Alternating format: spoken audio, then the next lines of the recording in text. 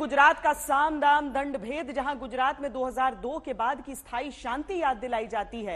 बाटला house encounter के साथ आतंकवाद और तुष्टीकरण याद कराया जाता है।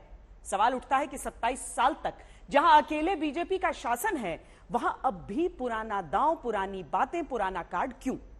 राजनीतिक जानकार कहते हैं कि बीजेपी सिर्फ जीत नहीं चाहती, बल्कि रिकॉर्ड जीत हासिल करना मकसद है। इसीलिए अब चुनाव में आतंकवाद भी याद करा रहे, सर्जिकल स्ट्राइक भी, बाटला हाउस एनकाउंटर से लेकर 2002 का सबक भी।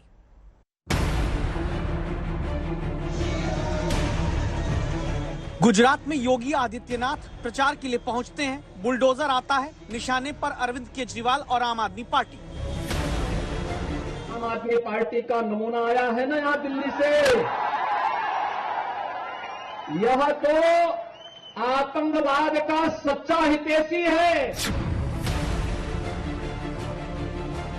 असम के मुख्यमंत्री गुजरात में प्रचार करते हैं। राहुल गांधी की बढ़ी हुई दाढ़ी की तुलना सद्दाम हुसैन से होती है।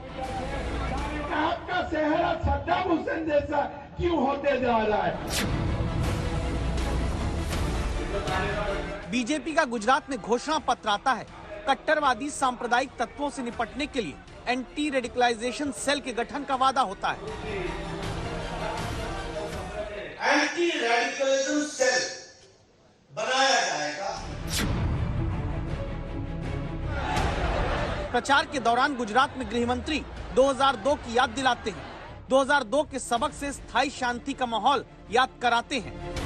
वो पाठ बनाए कि 2002 પછી 22 તે હજી કોઈ ડોકું ઊંચું નથી કરતું ભાઈ। ગુજરાતમાં શાંતિ સ્થાપી કર્ફ્યુ વગરનો પ્રદેશ બનાવવાનું કામ આ ભારતીય જનતા પાર્ટીએ કર્યું છે। और फिर वोटिंग से 2 दिन पहले गुजरात के चुनाव में प्रधानमंत्री याद कराते हैं तुष्टीकरण का इतिहास। कांग्रेस की सरकार आतंक को नहीं, मोदी को टारगेट करने में लगी रही।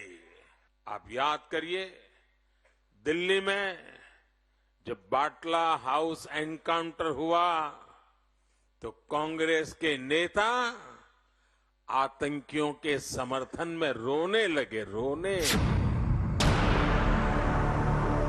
27 साल से पूर्ण बहुमत के साथ शासन करती बीजेपी को गुजरात में क्यों हिंदुत्व का कार्ड खेलना पड़ता है? क्या इसकी वजह ये कि 27 साल का शासन है तो कुछ एंटी इनकम्बेंसी भी हो सकती है? रिकॉर्ड जीत का लक्ष्य है तो बीजेपी कोई भी चूक नहीं करना चाहती।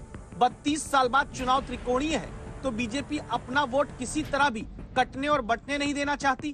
केजरीवाल सॉफ्ट हिंदुत्व के सहारे हैं तो बीजेपी अपने हिस्से से वोट नहीं छटने देना चाहती। एक बड़ा वोटर का वर्ग ऐसा भी है जिसने 2002 और उसके आसपास का दौर नहीं देखा। तब क्या इन्हीं वजहों से गुजरात के मतदान से पहले हिंदुत्व की प्रयोगशाला वाले राज्य में राष्ट्रवाद के साथ हार्ड हिंदुत्व की पॉलिटिक्स हुई? यहां हम गुजरात में आतंकियों को पकड़ते थे, उन पर कार्रवाई करते थे, लेकिन साथियों, कोई भूल नहीं सकता कि कैसे तब दिल्ली में बैठी कांग्रेस सरकार आतंकियों को छुड़ाने में अपनी पूरी ताकत लगा देती थी। प्रधानमंत्री उस दौर की याद दिलाते हैं जब केंद्र में कांग्रेस है और गुजरात में वो खुद मुख्यमंत्री पद पर थे। तब गुजरात में गृह मंत्री की कुर्सी अमित शाह संभालते थे, लेकिन सिर्फ धमाकों का दौर नहीं बल्कि 2002 का सबक भी याद दिलाया गया। 2002 માં આ લોકોએ છમકલું કરવાની હિંમત કરી હતી। 2002 માં કરી હતી ને હિંમત। એ વખતે એવો પાઠ ભણાયો, વીણી વીણી સીધા કર્યા, જેલમાં નાખ્યા। તો 22 વર્ષ થયા, હજી સુધી એકે વાર કર્ફ્યू નથી નાખવો પડ્યો ભાઈ, એકે વાર કર્ફ્यू। 2002 का सबक और 2007-2008 के आतंकी हमलों को भी याद कराने की जरूरत क्या है? राजनीतिक एक्सपर्ट संजय कुमार कहते हैं कि वजह बड़ी साफ है। बीजेपी अलग अलग राज्यों में चुनाव सिर्फ चुनाव जीतने के लिए नहीं लड़ती। मुझे लगता है बीजेपी एक बड़ी जीत हासिल करना चाहती है। गुजरात में भी बीजेपी का यही प्रयास है। बीजेपी चाहती है कि सिर्फ जीत नहीं हो, ऐसी जीत हो जो कोई ऐतिहासिक हो और इस तरह की चीजों को, और वो जैसे कहते हैं किसी भी हथियार का सारे हथियार का इस्तेमाल करना चाहती है बीजेपी। 2002 का जिक्र करना उसका वही एक स्ट्रैटेजी के तहत है जिससे बीजेपी अपने इलेक्टोरल गेन को मैक्सिमाइज कर सके। इलेक्टोरल गेन को मैक्सिमाइज करने की जरूरत को ऐसे समझिए कि कुल 4 करोड़ 90 लाख वोटर में से इस बार 2 करोड़ 35 लाख वोटर 40 साल तक की उम्र वाले, 20 से 29 साल की उम्र वाले वोटर 1 करोड़, 18 साल में पहली बार वोट डालने वाले करीब 5 लाख। यानी युवाओं का एक बड़ा वर्ग ऐसा है जिसके जहन में ना तो 2002 का दौर है और ना ही 2007 और 2008 के धमाकों की याद। क्या उसी वोटर को तुष्टीकरण का इतिहास दिलाकर रिकॉर्ड जीत हासिल करने का मंसूबा है?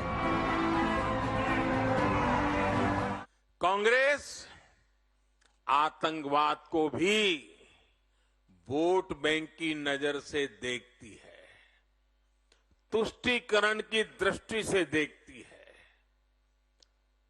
और सिर्फ कांग्रेस ही नहीं है, अब तो ऐसी भांति भांति के दल पैदा हुए हैं। 2017 में बीजेपी और कांग्रेस के बीच कुल वोट का अंतर 23 लाख रह गया था। क्या उसी अंतर को और बढ़ाने के लिए कांग्रेस का दौर याद कराया जाता है? इन चीजों का इस्तेमाल इसी के लिए किया जा रहा है जिससे वो जो कहते हैं ट्रम्प कार्ड है बीजेपी का, आखिरी हथियार है। ये बीजेपी का अपना नजरिया है देखने का और वो चाहते हैं कि वोटरों को ये बार बार याद दिलाया जाए कि भाई 2002 में क्या हुआ था। गोधरा कांड हुआ, तमाम तरह की चीजें हुई, देश के अलग अलग जगहों में हालात अच्छे नहीं थे और इसके लिए जिम्मेवार कौन थे?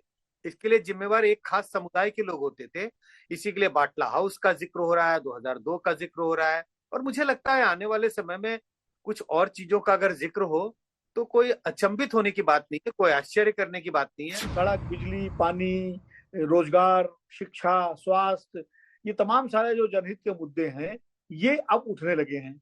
और अब चूंकि 27 साल से भारतीय जनता पार्टी की सरकार है तो भाजपा ये भी नहीं कह सकती कि कांग्रेस को इसका दोष दे दे या किसी दूसरी पार्टी को दोष दे दे। तो ऐसे में हिंदुत्व के मुद्दे को इन मुद्दों के ऊपर ला करके भारतीय जनता पार्टी, ये जो बुनियादी मुद्दे हैं जिन पर विपक्ष भाजपा को घेरने की कोशिश कर रहा है, कांग्रेस भी घेर रही है, आम आदमी पार्टी भी इन्हीं मुद्दों पर घेर रही है, उसको काउंटर करने के लिए, उसको एक तरह से प्रतिरोध करने के लिए भाजपा जो है हिंदुत्व का ध्रुवीकरण कर रही है।